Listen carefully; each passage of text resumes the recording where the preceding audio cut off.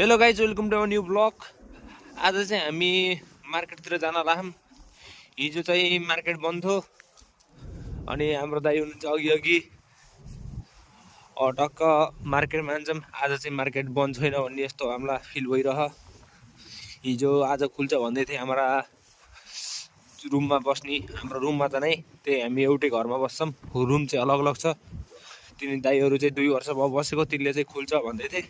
अब हेरौँ खुल्छ कि खुल्दैन। अनि यता चाहिँ पुरै गाउँ जस्तो सामान्य पातलो पातलो बस्ती, त्यति धेरै बस्ती होइन। हामी चाहिँ आज 9 बजेतिर उठेको थियो। त्यसपछि चाहिँ अहिले चाहिँ कुकरमा खाना पकाएर मात्र आऊ। अब दाइको सामान लगेर चाहिँ तरकारी सरकारी पकाउने हो। आजको मौसम चाहिँ बहुत राम्रो छ। हिजो चाहिँ बहुत हावा चलेको थियो, बहुत ठुलो भयङ्कर। आज चाहिँ घाम लागेछ, तर हावा चाहिँ खतरा चिसो हावा चलेको छ। हावा चाहिँ बवाल चिसो नै चलिरह, तर मौसम चाहिँ राम्रो। आज घाम लाग्यो चट्ट। हाम्रो चाहिँ 23 दिन बिदा, 23 दिन। अब त्यति दिनसम्म चाहिँ हामी चाहिँ मस्त डुल्छौँ यताउति त के डुल्नु हो। अब यहाँ सब यही गाउँ, हाम्रो गाउँ जस्तो हो पुरै। अब डुल्नको लागि चाहिँ यही बुकारेस्ट सिटी छिर्न पर्छ। त्यहाँ छिर्न चाहिँ कम्ती अनि नेपाली 5000 रुपियाँ लाग्छ उहाँसम्म पुग्नको लागि। अब हेरौँ, अहिले पैसा पनि छैन। यही हो साला, कुकुर त्यहाँ हुन्छ दादा भनेछ न साला।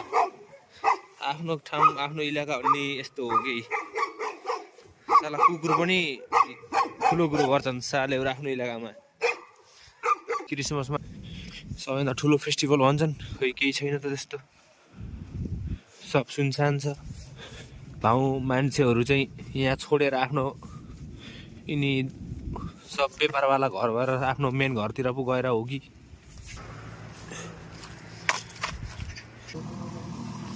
अरे मार्केट त बन्द छ। तल त खुल्ला थियो। ए यहाँको यतै त डोनट झुन्डाउने ठाउँ भन।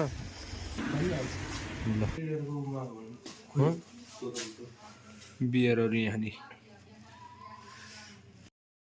2.5 लिटर बियर यत्र आउँछ नि।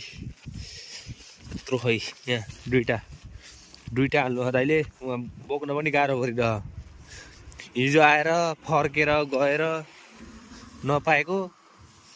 अनि यत्रो दिनदेखि चाहिँ त्यहाँको दोकानमा यो खाले बियर खोजिराख्नु त दाइले बहुत दिनदेखि। तर यो बियर चाहिँ पाइराख्नु पर्थेन। अहिले चाहिँ पाउँदा दाइलाई बहुत खुसी लागेर उहाँ भैँमा खुट्टा हेर्नु दाइको। यसको चाहिँ कति लिएर 15 ले सबैभन्दा सस्तोमा राम्रो। अब हाम्रो पनि कार्ड छ एउटा, कार्ड देखाएँ यहाँ चाहिँ खानाको लागि, सामानहरू किन्नको लागि। अनि कार्डमा चाहिँ हाम्रो चाहिँ दिनमा काम हुन्छ नि, काममा गइयो भने चाहिँ 20 ले दिन्छ। अनि काममा गइएन नि खानाको लागि पैसा दिन्न। अनि हामीलाई चाहिँ 200 कति दिएको थियो। अहिले चाहिँ हाम्रो छुट्टी कटाएर त्यो चाहिँ भएन ला। अब दाइले चाहिँ फोन गरेर भन्नु पर्यो भन्दै हुनुहुन्छ। अब एकचोटि मेसेज गर्छौँ के भन्छन्। दिए पनि त्यही हाम्रो कामबाटै कटाउने हो कि अबको चाहिँ एक्स्ट्रा चाहिँ। हामी चाहिँ मार्केट गएर चाहिँ अब यहाँ रुममा पनि आइसक्यौँ। अनि दाइले बियर पनि सुरुवात हानिदिइसक्नु भयो। अनि यहाँ चाहिँ हाम्रो यो घरको पछाडितिर चाहिँ यहाँ जग्गा खाली छ अलिकति। अनि त्यहाँ चाहिँ मैले तरकारी ल्याउँछु भनेर यहाँ दाइहरूलाई भनेको थिएँ। अनि लगाऊ भनेर भनेन्। अब म चाहिँ त्यहाँ तल जान्छु अनि देखाउँछु। यो चाहिँ हामी बस्ने चाहिँ यही घर हो। अनि यसको पछाडिको साइड चाहिँ यस्तो खाली छ कि यहाँ चाहिँ तरकारी सरकारी लाउन मिल्छ। अनि यहाँ चाहिँ पहिले बस्ने 2 जना दाइ थिए। अनि तिनी दाइलाई सोधेको यहाँ लगाउने बा लगाऊ, पनि कसैले केही भन्दैन भन्दै थिए। अनि त्यही भएर चाहिँ अब यहाँ चाहिँ मैले चट्ट सहर सफाइ हान्छु पहिला सुरुमा। अनि यहाँ खन्नालाई कोदालो पनि पाइसक्यो मैले। अब यहाँ टक्क खन्नी सन्नी कार्यक्रम गर्छु। अनि यहाँ चाहिँ जुत्ता यिनै हुन् जुन काममा जाने कपडा थिए। अब यिनै लगाएर मैले यहाँ सर खन्छु पहिला सुरुमा। अनि त्यसपछि म हजुरहरूलाई देखाउँछु। मैले चाहिँ यति यहाँदेखिबाट चाहिँ यति भाग चाहिँ खनेर भइसकेँ। अब यतातिर चाहिँ खन्दिनँ भन्थे। अब फेरि ठामी थोरिला भन्थ्यो र फेरि अब यतातिर नि सिधा यो सिडीको सर्लको सिधा यति भाग चाहिँ खन्छु। त्यहाँ चाहिँ खुर्किदेखि त्यहाँ चाहिँ खुर्केर घुस्यानहरूलाई चाहिँ उता साइड लाउँछु पहिला, अनि त्यसपछि खन्छु। अनि यहाँ फेरि एकैछिन पनि खन्न छोड्ने भए फेरि जाडो भइहाल्छ कि यहाँ।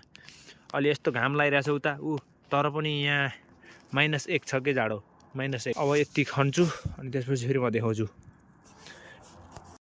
ल। अब यहाँ चाहिँ मैले चाहिँ यति चाहिँ पुरै खनेर भइसक्यो अब। अनि अहिले चाहिँ त्यहाँ मैले दाइलाई चाहिँ बिउपल ल्याउन पठाएको थिएँ, तर दाइले चाहिँ भन्नुभयो कि बिउपल पाइएन भन्दै हुनुहुन्थ्यो। अनि त्यो चाहिँ यहाँ एउटा समस्या आहा। अब हेरौँ, अब पहिला यहाँ खनेर रेडी पारौँ। यहाँ दाइ हुनुहुन्छ एकजना, अनि यहाँ दाइलाई भनेर चाहिँ म सोध्छु, अनि कता मार्केट छ त्यहाँ गएर चाहिँ यहाँ चाहिँ बिउपल ल्याउँछु म यहाँको मौसम अनुसारको। अब चाहिँ मैले खनेर भ्याएँ। अब यहाँ चाहिँ हल्का फुल्का डल्ला सल्ला फुटाल्न छ। यो चाहिँ अब रात पर्न लाग्यो। अब चाहिँ म भोलि गर्छु अरू चाहिँ।